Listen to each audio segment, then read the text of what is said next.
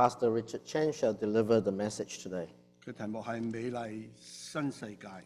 A brave new 我 world. 哋請音樂師。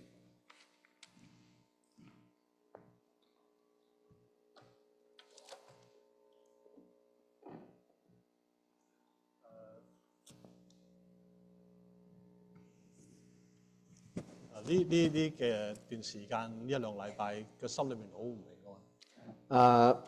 This past week, I have quite a bit of thinking within me. 因為喺電視嘅畫面上高邊，嘅新聞嘅畫面上高邊有好多唔同嘅戰爭。Because there's a lot of things happening around the world through the news. 譬如以色列同埋伊朗， For example, between Israel and Iran, 以色列巴勒斯坦， and between Israel and Palestine, 呢個烏克蘭同埋俄羅斯嘅戰爭， and between Ukraine and Russia, 大大小小嘅周圍嘅爭拗， and all kinds of conflicts. 就算美國都有好多嘅唔同嘅挑戰。 Even in United States, we have lots of 俾 challenges. 我感覺就係呢個世界冇樂土啊！ It is almost as if there's no joy in this world. 我心裏邊嗰種嘅掙扎係咩咧？ And what is my struggle? 就係我哋同我哋咩關係？ And what has this to do with us? 同我哋基督徒嘅身份有咩關係？ And what has this to do with us as Christians? 喺2014-2019年， Between 2014 to 2019, 喺香港亦都有啲社會嘅運動， there's similar turmoil in Hong Kong. 係教會喺當時有好多嘅唔同反省。 And so a lot of Christians in churches, and they have lots of reflections. 當然好多爭拗嘅中間裏邊， And of course, there's lots of debates. 年青嘅啦同年長嘅啦， And between the young and the old, 一啲比較上保守嘅啦、開放嘅啦， and the conservatives versus the liberals, 永遠都有啲唔同嘅爭拗。 and there's always arguments. 所以我哋就好怕去思想去睇啲事情。 And that deter us from thinking upon all these issues. 不過我自己所要提出嘅咧， But what I wish to raise 唔係話去邊一邊， is not that which side we should be on. 我希望大家喺裏邊去為呢啲事祈禱。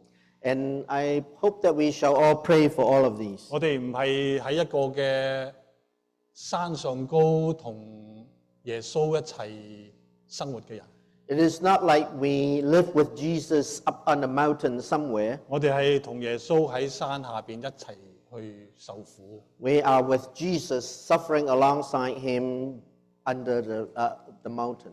別人嘅苦難係耶穌基督承擔， Sufferings of other people, they are shouldered by Jesus 但 Christ, 係我哋有份， but we are part of it too. 因為我哋呢個世界係屬於我哋嘅上帝。 Because the world is God's. 所以開始之前，我想為呢個世界祈禱。 And so before I go into the message, we shall pray together 我哋 for 一 the 齊祈禱 world.。主啊，我哋求你憐憫。 Dear Lord, we ask for your mercy. 我哋睇見呢個世界好紛亂， We saw lots of confusion and chaos in the world. 充滿好多仇恨， And we saw lots of hatreds. 充滿好多爭鬥， And we see lots of fighting. 充滿好多人同人之間嘅誤會， And we saw lots of misunderstanding 充 among 滿好多 people. 自私自利。 And we saw lots of selfishness. 主啊，你既然擺我哋喺呢個地上裏邊嘅時候， Since you have placed us here, 你叫我哋帶住平安去到呢啲嘅世界當中， you have granted us peace so we may be among these 我 people. 就求你賜我哋有咁嘅能力， I ask that you empower us 賜我哋有咁嘅智慧， so we may have wisdom, 賜我哋能夠有一個嘅同理心， so we may have empathy 去明白佢哋嘅需要， to understand their need. 或者我哋根本冇咩可以做， Perhaps there's not much that we can do, 但我哋可以為佢哋祈禱， but we may pray for them. 我哋可以喺佢哋傷口裏邊，我哋願意去撫摸佢哋， We may be able to touch their wounds. 求主你去幫助， May you help them, 求主你去工作， and may you also work among them. 聽我哋祈禱， Hear our prayer 係奉我哋主耶穌基督聖名。 in the name of Jesus Christ. 阿們。今日個講題係美麗新世界。 So the title of today's sermon is Brave New World. 同英文嘅翻譯係兩回事。 And the Chinese and English titles are slightly different. 所以尋晚6:40， So last night around 6:40同埋7:15， and 7:15, 呢個兩個時候好重要嘅。 and these two timings are important 因為宋執事佢 WhatsApp 我， because I messaged Pastor Richard. 佢問我：喂，有咩關係㗎你？ I said, what's the difference? What's the connection between the two titles? 其實初我冇諗得咁深嘅， And when I said the title, I didn't think much about it. 我諗咗一個 symbolic 嘅嘢就係即係寫上去啦咁樣。 And it was symbolically translated. 因為呢個係一個嘅，其實呢個我點解用呢個名咧？ And the reason why I chose the title, 其實呢個名係一本書、一本小説嚟嘅， and the title came from a novel, 係一個嘅作者叫做 Huxley， 中文叫做赫胥黎。 and it's from an author, Huxley, 佢寫咗一本咁嘅故事，1930幾年。 and he wrote a fiction. 呢個故事嘅內容自己可以翻去買本書睇。 And so it has been translated into Chinese. 但係裏邊有少少嘅嘢，我覺得即係喺我今日可以反省。 And there is something within the book that is worthy of thinking. 其中佢一個嘅嗰個背景咧， And the background is 就係佢講經過好多年戰爭之後，世界乜嘢都冇晒。 and after many years of war, there was nothing left on earth. 咁有班好叻嘅人， And a group of intellects 一班科學家， and scientists, 佢哋就開始建立一個新嘅世界。 and they started a brand new 結 world. 果就係個世界裏邊咧，又充滿咗喜樂嘅。 And so this new world is filled with joy. 不過，所有嘅嘢都係 program 咗嘅。 But everything is programmed. 佢哋所有嘅所謂嘅生活嘅嗰種嘅意志係冇咗嘅。 And so now have no longer will of your own. 因為佢哋將所有歷史啊各方面全部查晒， Because all the history will wipe out 其中連宗教都冇啦。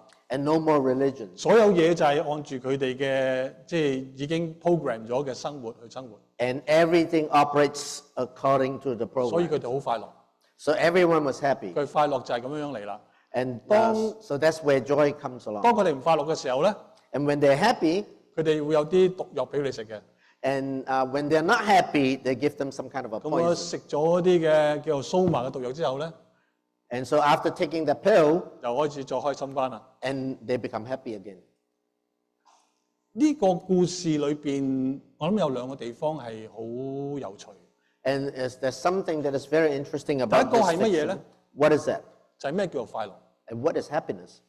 第二個係咩咧？ And the second question 第 is, 人喺呢啲咁嘅所謂嘅情況之下， and under such circumstance, 每個人已經喺一個所謂嘅program 咗嘅情況之下， and everyone is living under a program world, 佢係咪一個自由嘅人咧？ and what kind of freedom do they have? 佢可唔可以叫做一個人？ And can they refuse? 我好喜歡啲畫嘅猛出現嘅要。 And so I like to show pictures. 呢幅畫裏邊嘅重點喺邊度？ And what's the main point of this? 幅畫開始嘅時候係黑色嘅， And 開始嘅時候冇嘢嘅， and so when it first started, there was nothing. 慢慢你見到越嚟越光。 And then you started to see light. 啲光點嚟？ And where did the light come 啲 from? 光唔係從嗰個人嘅身上出嚟， And the light did not come from the human. 個光係從上個光反照出嚟， The light comes from above. 彷彿就好似同我哋講一個嘅好重要嘅事情。 And so there was an important message. 我哋嘅生命嗰種嘅光輝， And the light from among us 我哋生命嗰種嘅不同， and the difference among us, 唔係從我哋嚟， it is not from us, 係從嗰種從上而嚟嘅光而嚟。 but it's a reflection of the light that comes from above. 就好似我哋嘅生命一樣， Much like our life, 我哋嘅生命已經交咗俾上帝啦。 we have already dedicated our life to God. 所以我哋生命裏邊嗰種嘅光芒， And so if there is any light that comes out of us, 唔係要表現你自己， and it is not to show off ourselves, 係表現到上帝喺你生命嗰種祝福。 but to show off the blessing of God. 呢個係一個巴別塔。 And this is allegedly the Tower of Babel. 聽過巴別塔個故事嗎？ And if you have already heard of the story of Babel, 巴別塔記載喺創世記裏邊。 it is recorded in Genesis. 有啲人講巴別塔嘅故事 And some people said the story of the Tower of 其實 Babel, 係世界嘅另一個開始。 it is a beginning of a different world. 第一個開始係幾時？ And the first beginning, 就係亞當夏娃嘅時候， when Adam and Eve were 一 created. 個即係新人類出現啦。 And then there was this new beginning of humankind. 但係去到挪亞時代嘅時候咧， But then through Noah's, 我哋知道整個世界被洪水殲滅咗啦。 and now the world was pretty much wiped 咁 out by the flood. 剩翻8個人， And so there were only 8慢慢 people 就 left. 開始一個新嘅世界出現。呢 And so a new world began. 個世界新嘅出現之後咧， And upon the beginning of this new world, 咁好多人就喺裏邊就慢慢聚埋，人口越嚟越多啦。 and there are more and more people, 咁佢哋就要起一個塔。 and so they wanted to build a tower. 呢個塔係要點樣嘅咧？ And what is the purpose of this tower? 按住聖經講話要起到高上天空咁高。 And the Bible says that they want to build a tower that would reach to heaven. 第二個要求咧， And the second purpose 就係呢個嘅塔成為咗將來佢哋嘅一個嘅名字啊。 And this, they would establish a name for themselves through this tower. 知咩意思啊？ What does that mean? 佢意思即係話我哋要起一個好高嘅塔， That means that we are going to build a very tall tower 去成為咗我哋嘅名字被紀念， so our name will be remembered, 係成為一個名字可以去傳出去。 so our name may be spread, 咁即是話上帝嘅名字就唔再重要啦。 meaning that the name of God is no longer important. 所以上帝就嚟到呢個世界裏邊， And so God came down 變亂佢哋口音。 and changed their tongues. 佢哋所以呢個變亂口音呢個嘅混亂叫做巴別。 And so it created a confusion, and the situation is called Babel. 喺呢個故事裏邊，除咗話人類嗰種嘅驕傲之外， It shows the pride of humankind, 第二樣嘢講緊就係人嘗試創造一樣嘢出嚟， and it also says that how humankind sometimes wanted to 佢 create 真係話將呢 something, 個嘅名聲可以傳揚， and they want to build something spectacular to spread their own name, 彷彿佢好似上帝一樣。 as if they are like God.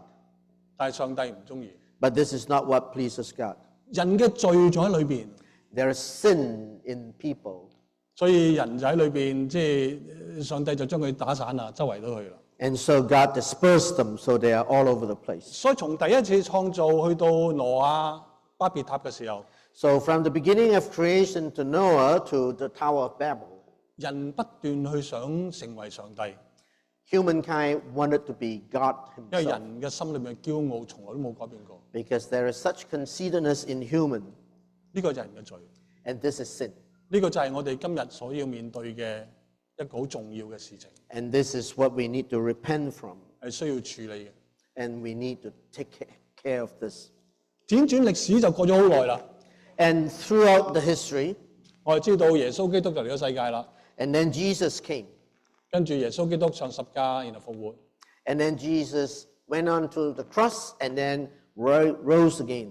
跟住佢就喺地上40日， And then he was on earth for 40 days, 跟住耶穌就離開， and then he ascended. 啲人就好唔知點算， And so his disciple didn't really know what to do, 因為佢哋嘅領袖復活咗， because even though their leader resurrected, 但係走咗， but he left. 點算？ So what are you to do? 喺呢個時候，按住聖經講就即係好似上個禮拜咁樣樣，呢個聖靈降臨啦。 And it is through what was shared last week that the Holy Spirit came. 整個歷史一次嘅改變。 And that's how history was changed. 剛才講喺巴別嘅時候，人嘅説話即係語言開始變得好不一樣。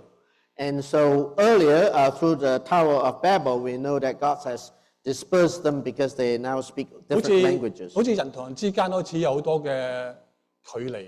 And it seems like distance are now created between people. 但係當聖靈喺即係聖靈降臨嚟到嘅時候咧， But upon the arrival of the Holy Spirit, 喺嗰個日子裏邊，按住聖經講就係啲使徒可以講唔同嘅方言。 and according to the Bible, the disciples, they are able to speak different languages. 有不同嘅地方記載咗嗰啲人嚟到呢個嘅耶路撒冷去聽關於上帝嘅説。 People coming from all over the known world at the time to come to Jerusalem, 喺裏邊佢哋大家好驚歎。 and they were all very surprised. 當然有一啲佢哋會嘲笑佢哋，話佢哋飲醉酒。 Of course, some of them think that the disciples were drunk. 驚歎嘅人聽到啲乜嘢？ But why are they astonished? 驚歎人聽到佢哋用佢哋嘅方言去講上帝嘅大能。 They were astonished because what they heard from the disciples was in their own tongue, in their own 而 languages. 嗰啲所謂嘅笑佢哋嗰班人咧， And for those who laugh at the disciples 即係覺得佢哋好得意， and they find it sudden, 佢哋覺得呢班人係咪飲醉酒，所以亂噏講到出嚟，好似我哋講嘅方言一樣。 and so they thought that perhaps they were drunk and so they're able to speak our language. 所以聖靈就喺嗰度工作，但係好多人唔同嘅反應。 So the Holy Spirit works, but it brings lots of surprise to different people. 但係信主嘅人， But for those who believe in Jesus, 我哋知道嗰個真實， and we know that moment, 我哋知道上帝喺嗰邊佢真係工作。 and we know that God works at that very moment. 所以有陣時你講見證嘅時候咧， And so when we bear witness, 好多人都唔係好信㗎， and so oftentimes people may not believe us, 好多人都講好多個唔同嘅説話。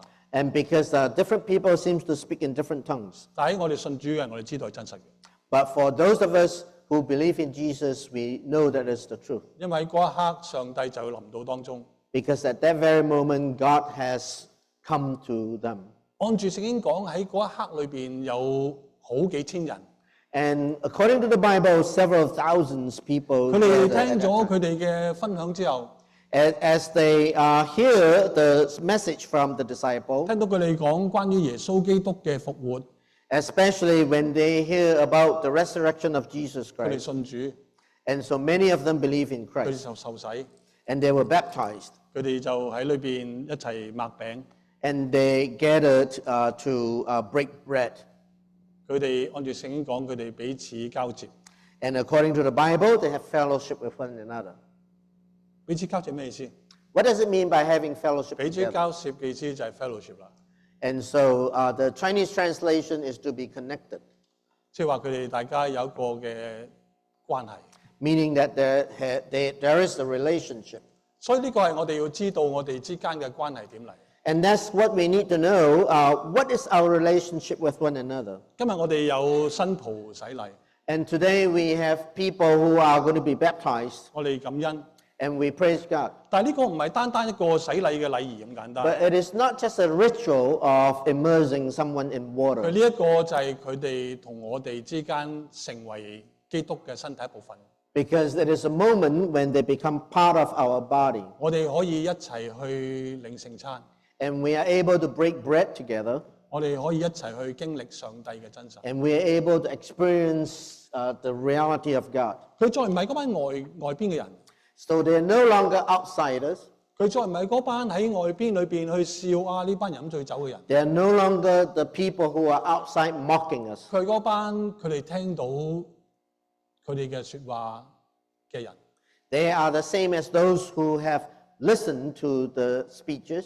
佢哋聽到佢哋講緊關於上帝嘅嗰種大能嘅人， They heard from God about His almightiness. 佢哋從佢哋生命回轉加到基督身體裏邊。 And they have turned around and they want to join the family of God. 所以呢班弟兄姊妹今日洗禮之後， And so for the brothers and sisters who receive baptism today, 我哋就可以稱佢為弟兄姊妹， we are able to call them our brother and our sister 因為佢哋同我哋有份， because they are part of us.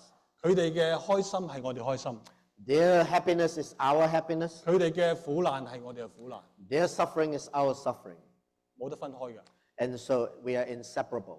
就好似聖經講， And it's much like what the Bible said, 一個肢體裏邊最弱小嘅咧， and the littlest among us, 我哋要更加要保護佢， we want to protect them.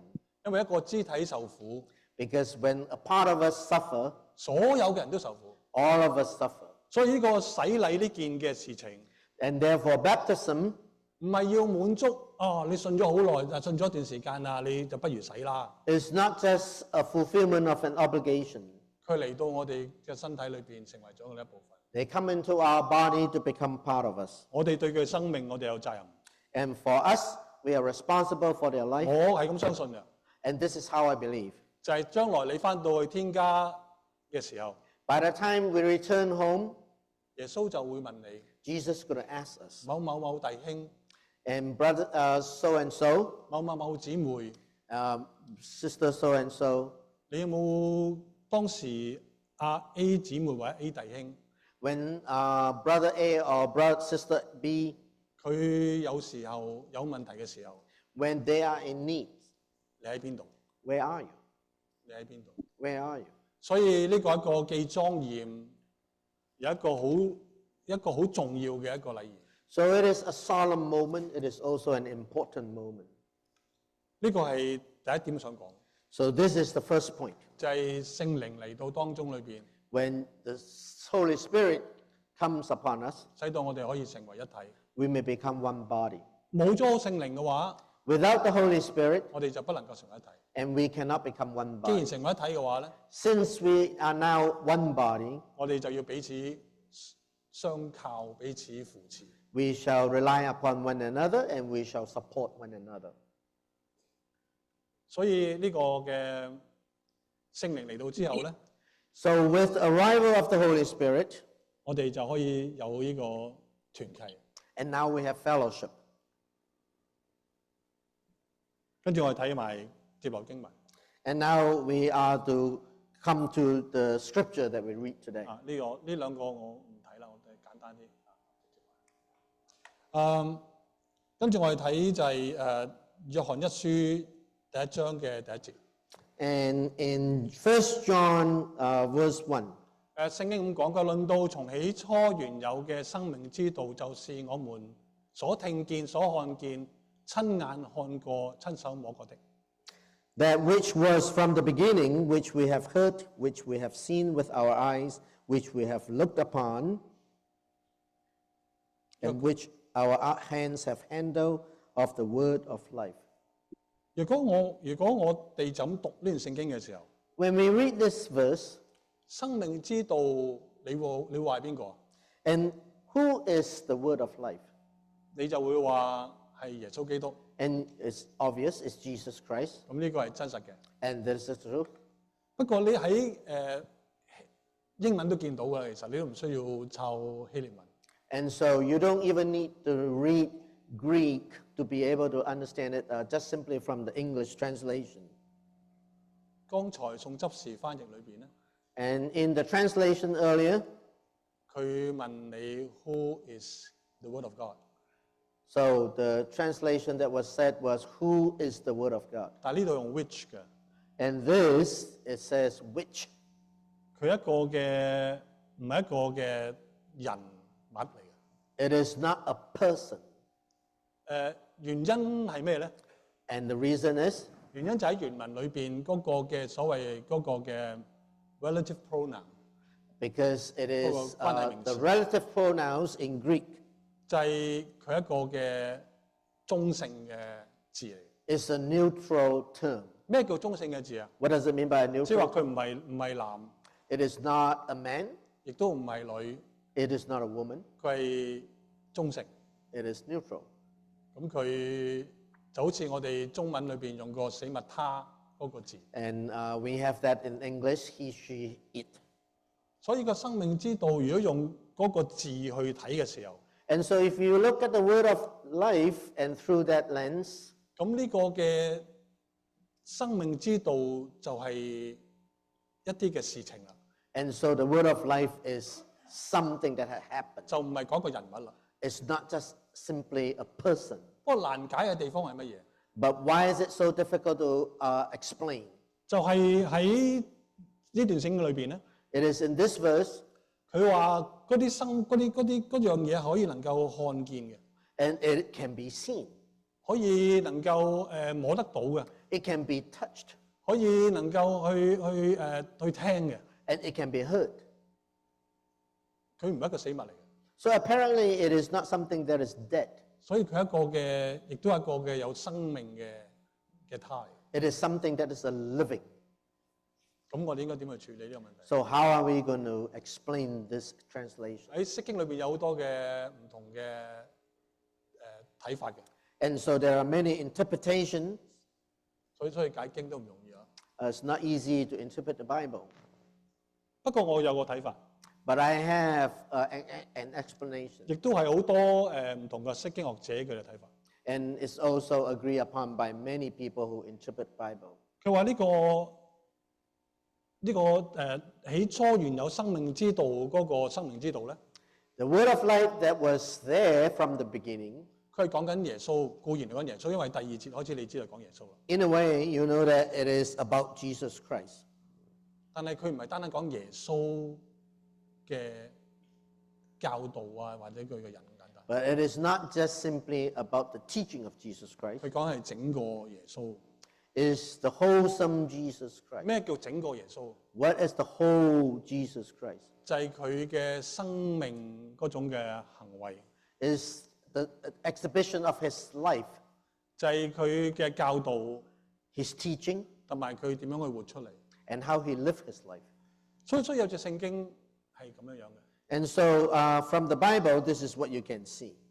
佢話耶穌喺呢個馬太福音裏邊，佢咁講。 In Matthew 11, that's what Jesus said. 佢話我心裏柔和謙卑，你們當負我嘅軛，向我學習，這樣你們嘅心靈就必得安息。 Take my yoke upon you and learn of me, for I am meek and lowly in heart, and ye shall find rest unto your souls. 咩叫做向我學習咧？ And what does it mean by learn from me? 向我學習另一種嘅翻譯咧， Another translation 就係你要效法我， that you have to 即係好似 model yourself 好似 after 保 me. 羅都有喺哥林多前書講， Much like Paul said in 1 Corinthians, 佢話乜嘢啊？ what did he 你 say? 哋要效法我， You need to model yourself after me, 就好似我效法基督一樣。 much like I model myself after Jesus. 啊，呢個就係學嘅意思， And what it means is learn of. 所以呢個就係生命之道嘅內容。 And this is the contents of the word of life. 唔係單單我哋頭腦裏邊認識嗰樣嘢， It's not that we come to know that something through our mind, 並且嗰樣嘢喺我哋生命裏邊流 but 出嚟。 it's also something that exhibited through our life. 學習最難係啲乜嘢？ And what is most difficult about learning? 學習最難嘅唔係你點樣去掌握個知識， What is most difficult about learning is not about how to grasp the knowledge. 最難嘅知識成為你一部分， What is most difficult is how do you make the knowledge part of 就係 yourself. 你所講嘅同埋你所信嘅係一致。 What you said and what you believe, they are consistent. 好多時我哋講得好好嘅， And oftentimes it's very easy for 我 us 哋 to 講 say 得 it. 我哋講得好叻㗎， And some of us are very well spoken. 但係你講嘅同你做嘅係咪一致？ But what you say and what you do are different. 好多人信咗主之後咧， A lot of people who believe in Jesus, 佢生命唔開心㗎， and they are not happy 因為佢經歷同埋佢所聽翻嚟，心裏邊以為知道嘅嘢係兩回事。 because what they experience is different from what they have heard. 佢哋從來都冇打算過，因為信主而 And they do not know why, upon believing in Jesus, 放低自己嘅， they would need to deny themselves and lay down their difficulties. 或者唔能夠放低自己嘅故我，舊有嘅我。 Sometimes there is the old self they are not able to let go. 生命就好似冇改變過一樣。 And so therefore their life was never changed.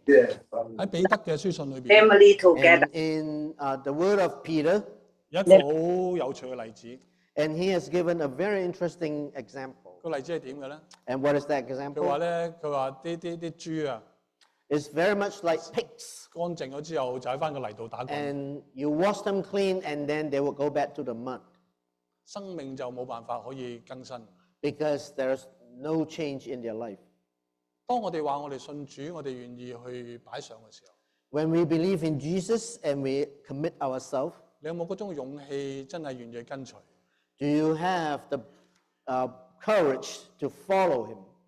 若果你有勇氣去跟隨嘅話， If you are willing to follow Jesus, 你嘅生命先至有機會去明白耶穌基督教導啲乜嘢。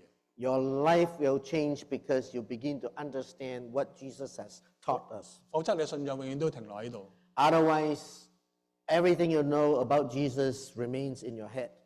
永遠都唔會停留喺你心裏邊。 It will never enter your heart. 所以我哋即係查經，我哋用嗰啲 OIA 嘅方法， And so oftentimes when we come to study the Bible, 我哋用嗰個嘅 OIA 叫做observation、interpretation 同埋 application。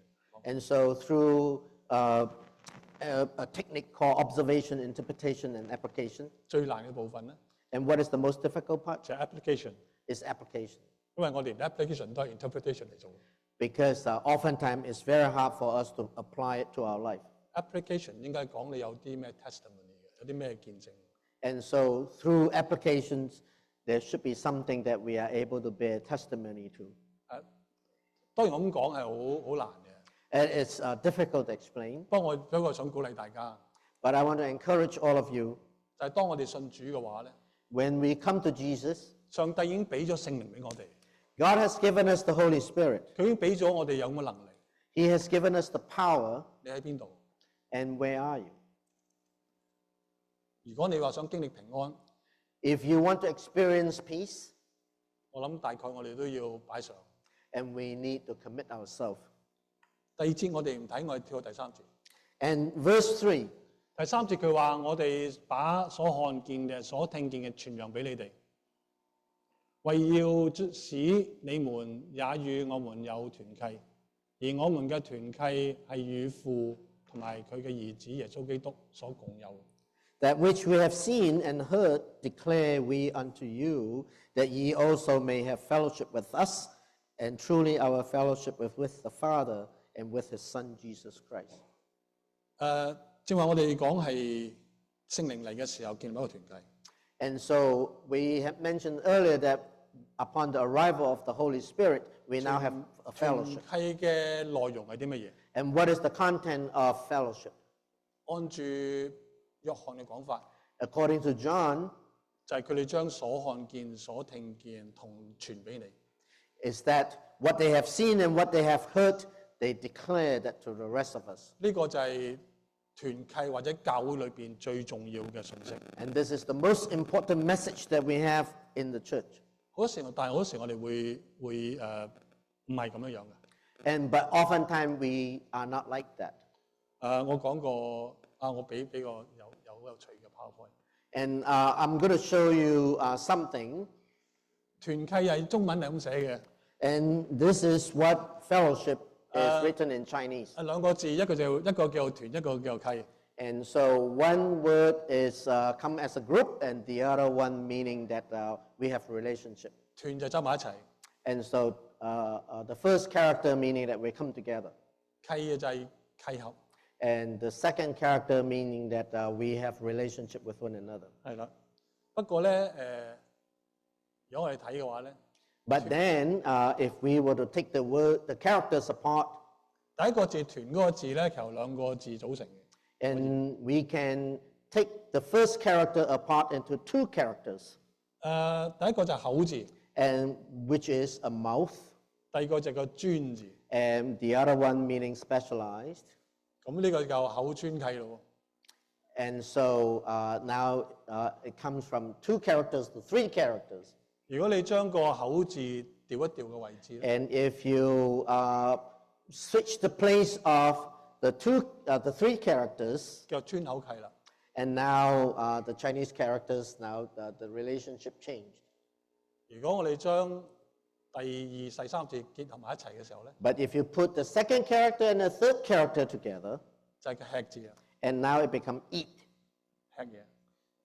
團契原來係專吃， And so therefore fellowships can be converted into what it means is we come together and we just eat.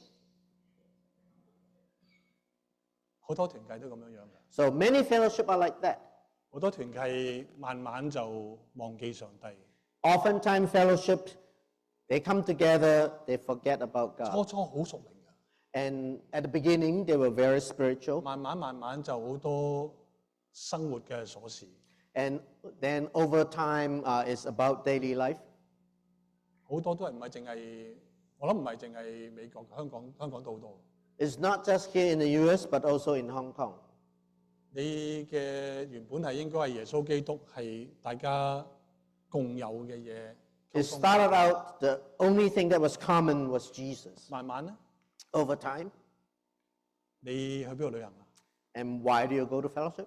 你去今日食啲咩好啊？ What are we going to eat 完 today? 咗崇拜，我哋去邊度一齊 After worship, where do we go to eat? 一齊 wet 啊，即係去玩。即係我哋慢慢，我哋就生命，我哋好多時會改變。 And oftentimes we changed. 呢個係悲劇嚟嘅， And it's tragic 因為慢慢上帝就好似離開我哋好遠。 because God seems to be 我 farther 哋 and 關 farther 注 away 嘅 from 就係 us. 我哋之後點開心。 So how can we be happy after? 所以團契嘅有啲人咁講啊，佢哋講團契咩咧？個團契就係幾時開始嘅咧？佢話團契就係完咗團契之後嘅團契先真正團契。 And so sometimes interpreted fellowship as we come to eat together after we get our gathering. 所以要小心。 So we need to be careful.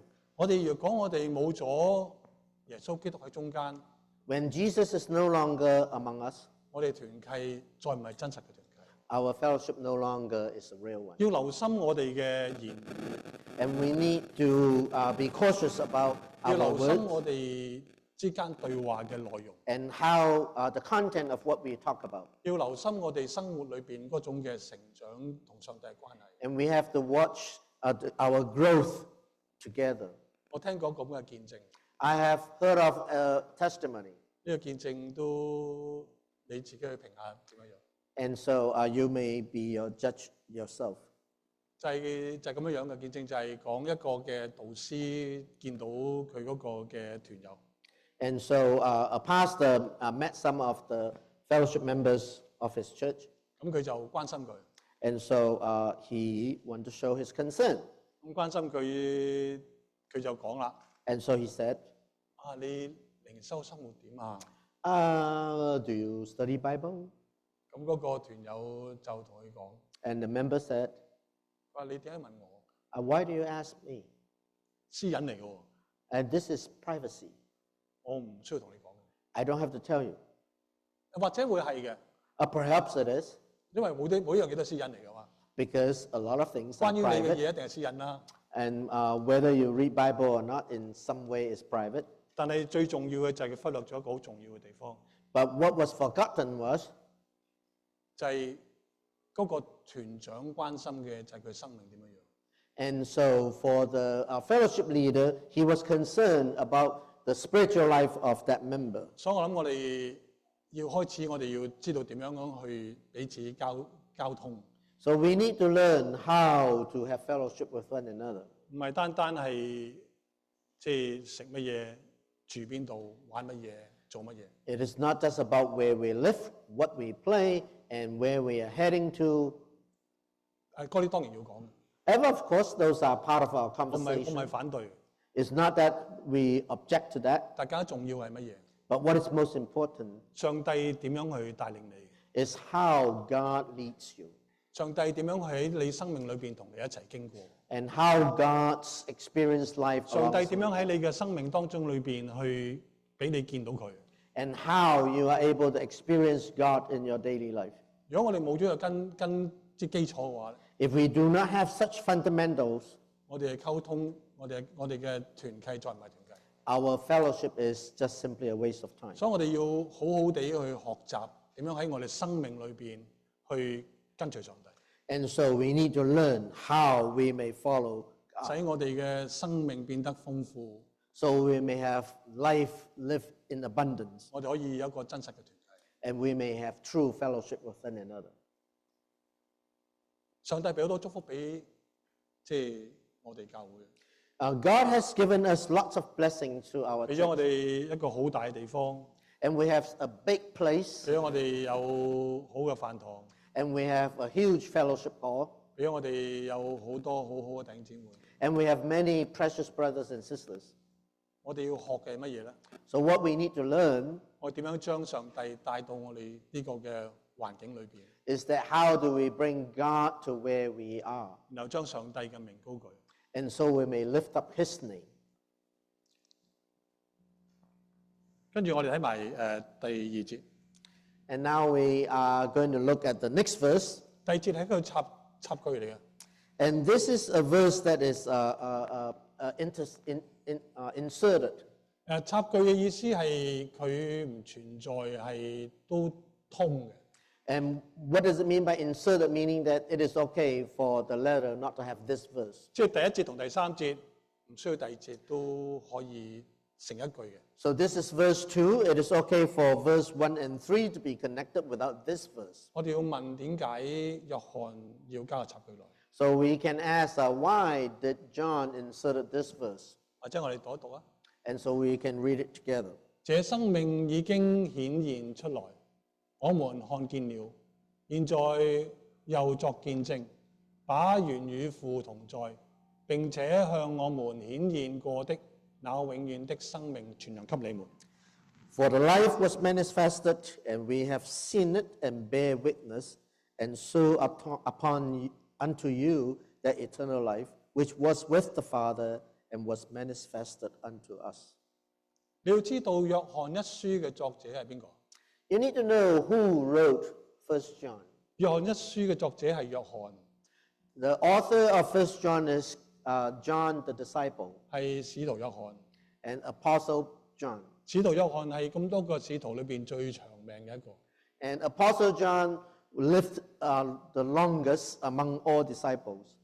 所以佢寫呢卷書嘅時候咧， So by the time he wrote this epistle, 好多嘅唔係好多，就所有嘅apostle 都嗰啲使徒都死晒， all other apostles were already dead. 所以佢係當時嘅教會唯一嘅領袖。 He was the sole leader of the church. 佢就講咗呢番話， And this is what he said. 所以呢個插句裏邊佢再強調一個真實。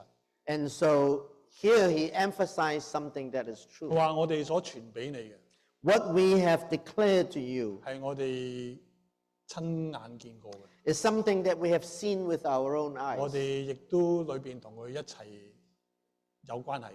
And we have direct relationship with him. 今日我就同你哋講， And this is what I'm trying to tell you.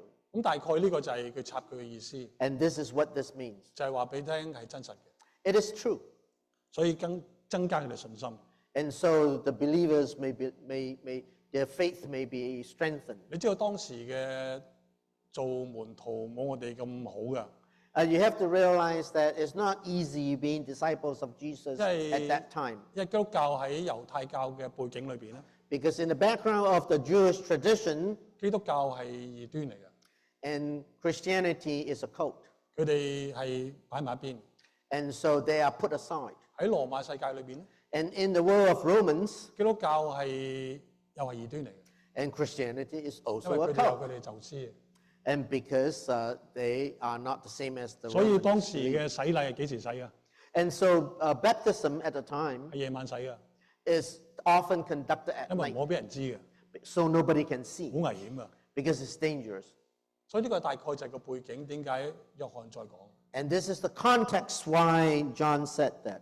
因為佢年老啦， Because at that time he was elderly, 所以佢要將所有嘢講清楚。 and he wanted to make clear 我哋嘅團契， our fellowship, 我哋嘅關係， our relationship, 因為我哋嘅上帝係真實， because our God is real, 因為我哋嘅耶穌基督佢真係嚟過。 because our Jesus, he indeed has risen. 就好似我哋成日都講， And oftentimes we said that 重要嘅嘢我哋講幾次嘅要。If it's important, we have to say it many times. 雖然可能係重複， Maybe it was repeated, 但係佢重要。 but it is important. 雖然好似好囉嗦， It may appear that we say too much, 好似我哋唔要都可以， and sometimes it appears that we don't have to say it again. 但係佢要講清楚。 But he wanted to emphasize 目的只有一個， there is one purpose. 就係要俾呢班嘅受難嘅信徒，佢哋有信心。 It is to strengthen the faith of those who are suffering. 就好似今日， Much like today, 就喺我哋再讀呢段經文嘅時候， as we read this verse, 如果你喺信心裏邊有動搖嘅時候， and if your faith has wavered, 你讀第2節咧， when you read the second verse, 你就知道約翰同你講緊 and you know John is speaking to you. 耶穌基督真係降生， Jesus indeed has come to the world, 佢真係上帝， and he indeed is God, 冇花冇假， and nothing is false. 你唔需要擔心， There's nothing you should worry about, 因為佢愛我哋並且會翻嚟。 because he loves us and he shall return. 呢個就係大概就係約翰愛佢哋緣故。 And this is because John loves them. 我喺度思考嘅時候咧， As I was thinking about the passage, 你知道約翰一書其實有一個嘅特點， and the first John has an important theme. 同其他嘅書信係有啲分別嘅。 It's quite different from all the other epistles in the Bible, 因為呢個書信係真係講緊承傳落去嘅嘢， because it's about passing of the torch, 就好似第2代信徒嚟啦。 very much like now come the second generation of believers. 所以我整呢個賽事好似我接棒咁樣。 And so I'm showing you a relay. 所以我問一個問題： And so there was one question. 我哋點樣去承傳我哋教會嘅美好嘅咧？ How do we pass the baton? Oh. That is the tradition of our church. 我哋教會對唔住啊，我哋教會年紀比較大， And so our church is not young. 我哋點樣去承傳我哋耶穌基督嘅愛俾我哋嘅下一代？ How do we pass along the legacy of Jesus that he loved us? 我諗長老牧師走唔甩㗎啦，啲責任。 And so, of course, the responsibility lies with the pastors and the elders 執事都冇得走， and the deacons. 但我想講每個人都冇得走。 But responsibility lies with all of you. 我哋每一個人喺教會裏邊， All of us who are in this church, 我哋都要承擔我哋後一代嘅人嘅承傳， it is our responsibility to pass on the legacy of our faith. 哪怕佢係講英文、台山話、國語乜嘢話都好， Whatever languages that we use in this church, 我哋都年長嘅都成咗後輩嘅，即係嗰個先鋒。 and so we become pioneer for those who come after us. 所以我好好説話， And so be careful with your word 好好生活， and live a life, 好好去真係將你生活裏邊點待人處物做好， and so be good at how you treat people, 因為將來呢班嘅年青人， because the young, 佢哋就會學你點做。 they will learn from you. 有一個咁嘅故事喎， And there's a story, 就係咧有一次即係一個好窮嘅家庭， and someone from a poor family, 咁樣嗰個有阿爺、阿爸、阿仔， and so there was a grandfather, a father, and a son. 咁嗰個有一日啦，到父親節啦， And it was on Father's Day, 咁個父親咧就將一個被就冚住阿爸，即係冚住佢阿爸，即係阿爺啦。 and so the father put a comforter over the 跟 grandfather, 住就將阿爸就孭咗喺嗰個背脊度， and then carry the grandfather on his back. 咁個仔好開心。 And so the son was very happy. 阿爸，我哋父親節出去食嘢啦。 And so the son said to the father, "Oh, it's Father's Day. Let's go out for lunch." 咁佢哋食完嘢啦， And after lunch, 咁樣個阿爸就又將個被包住阿爸，即係 and 佢阿爸 once again the father put a blanket over the grandfather 背住佢喺個背脊度， and carry his father 咁 on his back. 就走啦。 And they went home. 咁咁啊走嘅時候咧，嗰個仔就覺得唔係好對路。And along the way, the son felt that there was something not right. 我阿爸唔係嘅喎，我哋應該向後邊翻屋企噶嘛，點解向前走嘅？佢話 And the son said to the father, the way home is that way, not 因為 this way. 因為前邊係即係一個荒廢嘅地，只有啲溪澗啊咁樣樹木啊咁嘅啫喎。 Because what we are heading is a place where there's nothing there. 喂你做乜嘢啊？咁樣樣，Why do you do that? 個阿爸冇答佢。 And the father didn't 個阿 answer. 爸又帶住個仔同埋孭住個阿爸就去到嗰個溪澗邊。 So the father carried the grandfather and took along the son. 咁嗰個阿爸就放低佢阿爸， And so he put his father down. 咁大家就傾完偈啦。 And so they started having a conversation. 咁爸爸就帶住個仔就走啦。 And then our father take along the son and say, let's go home. 咁個仔就問： And the son said, 阿爸，你唔咩唔翻阿爺翻去嘅？ why do you abandon grandfather? 佢話阿爺老啦， And the father said, well, grandfather is old, 所以我哋唔孭佢翻去。 so we're not going to take him home. 咁個仔就講： And the son said, 個仔嗰個仔同阿爸講嘅唔啱喎， as the son said, What do you well, find that's out? not right. 我哋翻轉頭啊！ Let's turn around. 佢話唔使啦，佢話 And the father said, no need to. 唔得㗎，佢話 And the son said, no, we can't do that. 我哋未攞個被走啊！ We did not take the blanket. 你攞被走做乜嘢啊？ And so the father said, why would you need the blanket? 佢話我攞被將來你老我孭你好似咁樣樣。 And so the son said, I need the blanket so that someday when you're old, I can carry you in that blanket. 所以我要留心我哋嘅生命。 So we need to pay attention to our life. 當我哋話我哋一個群體嘅時候， When we said we are together as a body, 我哋嘅生命就成咗別人生命嘅一個嘅example，一個嘅 example。 our living become a model for other people. 所以我哋要喺裏邊，我哋要留心。 And so that's what we need to pay attention to. 我哋唔係冇關係嘅。 It's not that we are unrelated. 我哋睇第6節。 And now verse 6. 我唔讀啦。 So we're not going to read. 呢度講第6節係講咩咧？ And in verse 6, 第6節係講我哋既然信咗主之後咧，我哋嘅生命就要聖潔啦。 and once we believe in Jesus, our life need to be sanctified. 咁呢個好合理嘅事， And this is something that is obvious. 就好似我哋信咗主，我哋去要跟隨主一樣。 Much like after we believe in Jesus, we need to follow Jesus. 但係好多時咧，我哋嘅生命 But oftentimes our life, 就好似呢個狗咁樣， and very much like this dog, 就好想爬上去嗰個床上高， and very much wanted to climb up the 就 bed, 爬唔到， but not able to make it. 每次上每次落。 And wanted to climb up, but fall down all the time. 我好多時發現咗喺教會裏邊， And oftentimes I noticed that in the church 或者好多基督徒嘅生命裏邊， and in the life of many Christians, 可能我哋信咗主，尤其是信咗主耐嘅人， perhaps we have become Christian for a long time. 我哋都好曉得去指責人。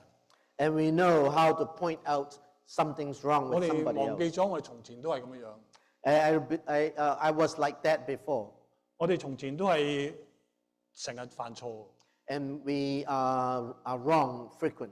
不過今日我哋見到別人錯嘅時候，我係睇唔過眼， But when we see that someone else is wrong, and we feel obliged to point out. 所以我哋就喺裏邊，我哋好多時我哋都會指責別人不是。 And so it's very easy for us to rebuke others for their wrongs. 我哋忘記咗我哋都係咁樣樣。 And we forgot that we were once like that. 所以保羅咧，我知道我哋有一個團契 Fun Fellowship，佢查緊呢個羅馬書。 And so the Fun Fellowship, they're studying the book of Romans. 大概佢記得喺羅馬書7章裏邊講到保羅嘅掙扎。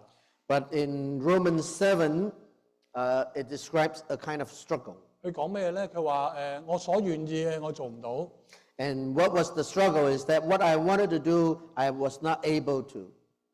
因為佢心裏邊有一個罪嘅律喺度， Because there is a law of sin within me. 佢要靠住聖靈去得勝。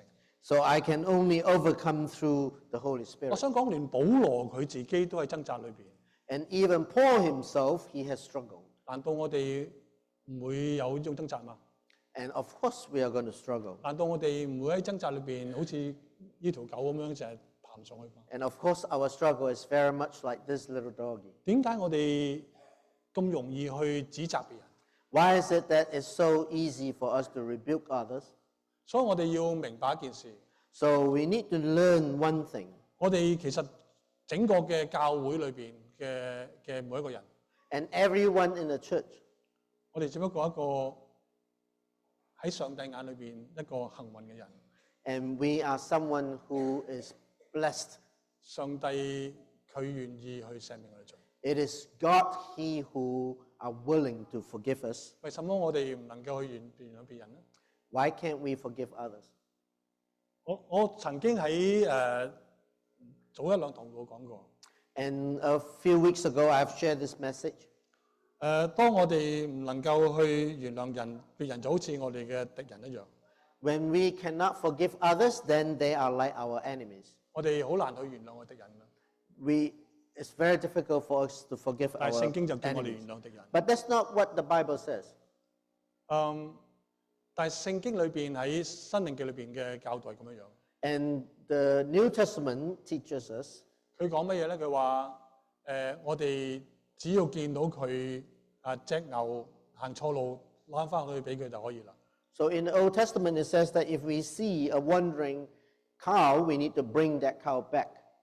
咩意思？ What is that supposed to 意 mean? 思就係話我哋只係做翻好似當佢一個普通嘅人嚟對 And 佢就可以。 meaning that we treat the neighbor that we hated as if it is just a member of our community.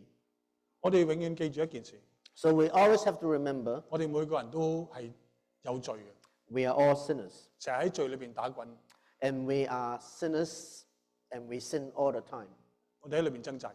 And we will always struggle. 但係每一次上帝佢都愛我哋， But God loves us, 所以我哋都要愛我哋身邊嘅人。 and so we need to love those 佢唔 around 會 us. 因為佢嘅唔好變成咗你嘅敵人。 It's not just because they are not good enough and therefore they become our enemy. 你唔需要嬲到去周圍講， You don't need to be annoyed by those people. 你唔需要嬲到去周圍同人講佢不是。 And you don't need to be annoying enough that you will tell upon them. 你頂多你當佢一個普通人一樣， At the very least, you need to treat them just like an ordinary person. 但係你最好就係愛佢， But it is best that you can love 因為耶穌愛佢， because Jesus loves him. 耶穌都愛你。 Jesus loves you 耶 too. 穌佢喺嗰個罪人嘅死嘅代價， And so Jesus died for that person, 同佢為你死嘅代價一樣。 and he paid the same price to die 當 for 你 you. 同佢成為咗敵人， When you and him become an enemy, 其實你就係好似希伯來書講，你將耶穌再釘個十字 it's 架。 much like what was said in Hebrew that you crucified Jesus on the cross again. 好，我哋睇埋落去喺第8、9、10節咧。 Verses 8 to 10. 第8同第10節咧，其實係一個對稱嘅。我哋叫平衡句。 And verse 8 and 10, they are contrast. 平衡句意思即係話佢兩句係講同一件事。 It's basically say about the same thing. 不過喺第10句裏邊咧，其實係講嘅程度更加嚴重。 But it is more emphasis on verse 10. 第一句就係講嗰個人本身即係佢話自己冇罪。 The first sentence says that someone will say that I have no sin.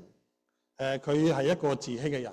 And it is someone who does deceive himself. 真理就唔喺佢裏邊啦。 And there is no truth in him. 第10句就係話乜嘢咧？ And what the verse 10 said, 就話佢曾都冇犯過罪。 someone said that he had never sinned. 咁佢聖經話佢係一個大話嘅人。 And he's a liar. 佢上帝嘅話就唔喺佢裏邊。 And the word of God is not in him. 第一句係講嗰個人自己， And the first verse, verse 8 is about that person. 佢變成一個嘅自己呃自己嘅人。 Is someone who is self-deceiving. 最收尾就係上帝佢當上帝係一個講大話人。 And then the next verse is that that person make God a liar. 所以佢係一個較為強烈嘅表達嚟嘅第10節。 And so this is how the Bible tried to express itself. 但係基本上呢兩個係一個平衡嘅句。 And so these two verses are parallel. 其實最重要就係中間一句。 But most important is the verse in the middle. 中間一句嘅話，如果你係坦誠去承認自己罪嘅話咧， That if we confess our sins, 神係信實嘅， God is faithful 佢會赦免我哋嘅罪， and He will forgive us 洗淨我哋一切嘅不義。 and cleanse us from all unrighteousness. 前面係犯罪，唔認 And 罪， so the first verse is about sinning. 唔認罪，後邊就話係唔認罪。 And so the third verse is about not confessing 中 our 間就 sin. 同你講，你要如果你坦誠認罪嘅話咧，上帝就寬恕你。 And the verse in between is if we were to confess our sin, God will forgive us. 好多時我哋都係咁樣嘅。 And oftentimes we are like that. 我哋做錯嘢最容易做乜嘢？ And what do we do when we wrong somebody? 唔認咯， We deny. 我哋唔認。 We deny. 我哋唔認嘅話，結果就係我哋永遠都喺罪裏邊。 If we deny, then we will always be in the sin. 聖經教導我哋係另一樣嘢， What did the Bible teach us? 你嘅罪係可以赦免， You can be forgiven 你可以唔一樣。 and you can be like everyone else. 不過首先你要承認， But first you have to confess. 上帝喺裏邊佢願意寬恕你。 God is willing to forgive. 呢個我諗大概我哋要學習嘅功課嚟嘅。 And this is what we need to learn. 我哋唔認罪好多時，我哋好怕， Oftentimes we do not confess because 我 we 哋 are 好怕 afraid. 後果，好怕接落嚟點算。 We are afraid what is going to happen. 但係重點唔係嗰度， But that's not the point. 因為當你講個大話，你唔肯承認你講另一個大話嘅時候咧， If you lie, but you do not admit that you lie, 你永遠就一個大話冚咗個大話， and then you would need another lie to cover the first lie. 你嘅生命就冇改變過。 And your life was not changed. 你嘅生命就係喺個大話裏邊去一路幫你延伸。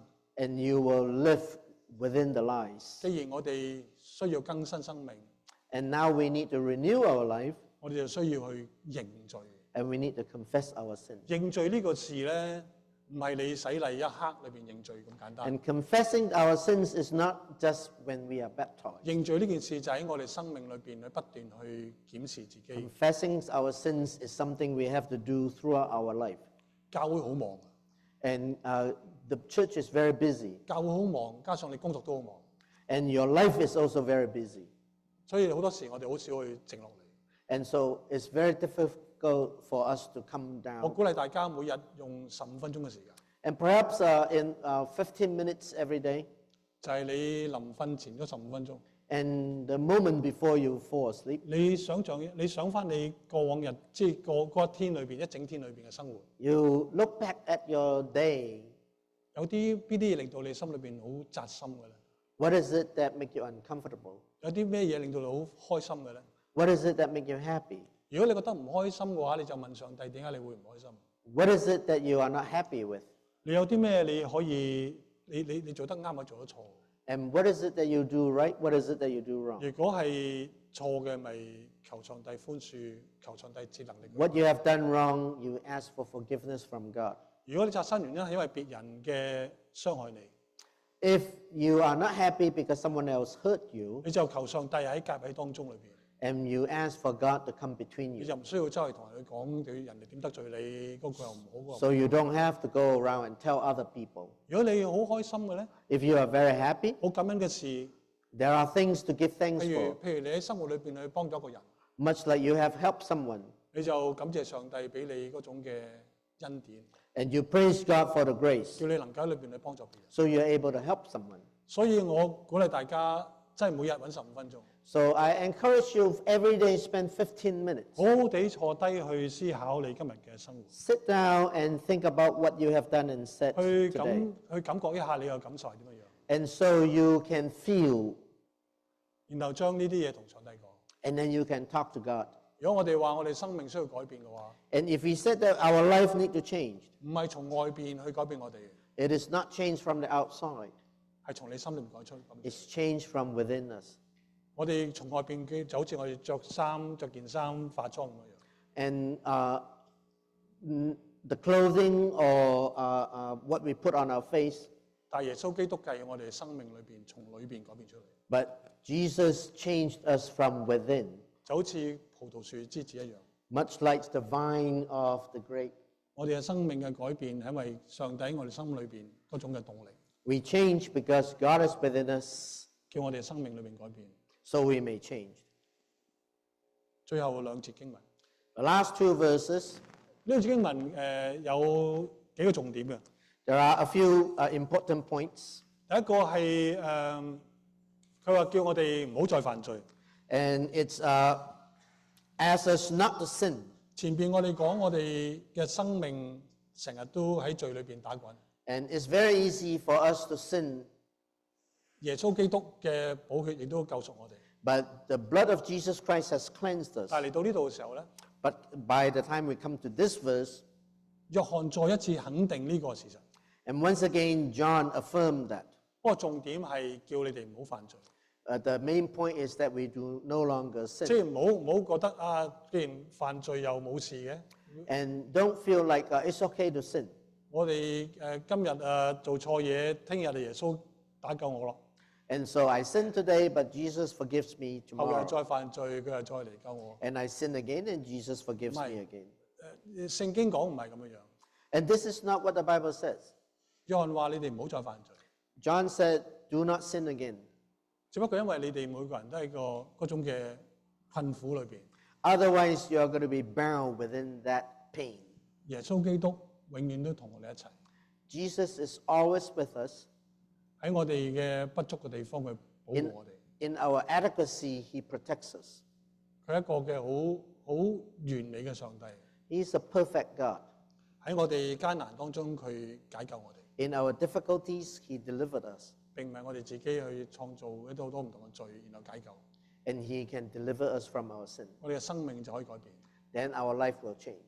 咁啊，我哋嘅有新袍啊嘛， And now that we have new believers, 我想講生命有好多嘅挑戰， and so yes, there's lots of challenges in your life. 有陣時會犯罪， Sometimes we may sin. 有陣時你得罪人或者俾人得罪。 Sometimes you may wrong someone. Someone may wrong you. 我鼓勵你哋喺耶穌基督嘅裏邊， I ask that you remain in Jesus, 喺裏邊去知道愛你嘅上帝從來冇離開過你。 so you know that God loves you and He will never abandon you. 上帝喺我哋犯罪裏邊， And even while we sin, God is with us, 佢等候我哋， and He wait for us, 等候我哋求饒恕， so we may turn around and No. confess, 佢饒恕我哋。 and He would forgive us. 上帝喺嗰個得罪你嘅人身上， And similarly, God is also with the person who wronged you. 上帝都等佢回轉。 God is also waiting for him to turn. 當佢回轉，上帝都會饒恕。 When he turned, God will also forgive him. 因為你同埋佢喺上帝眼裏邊 Because you and him, in the sight of God, 都係咁重要。 you are both precious. 我哋一齊祈禱。 Let's pray. 主啊，我哋求你幫助。 God, we ask for your help. 既然主你將我哋擺埋一齊嘅時候， You have put us together. 我就求聖靈喺我哋當中面工作， We pray that your Holy Spirit work with us 俾我哋能夠喺你裏邊一路去成長， so we may grow, 叫我哋能夠生命裏邊能夠活出你嘅榜樣， so we may live a life that will manifest 叫 you 我哋 in 能夠 us. 將主你嘅馨香可以帶出嚟， So we are able to bring the fragrance that come from you to others. 成為祝福。 So become blessing. 聽我哋祈禱， Hear our prayer. 係奉我哋主耶穌基督得勝名字 In。the name of Jesus Christ, 阿門。 amen.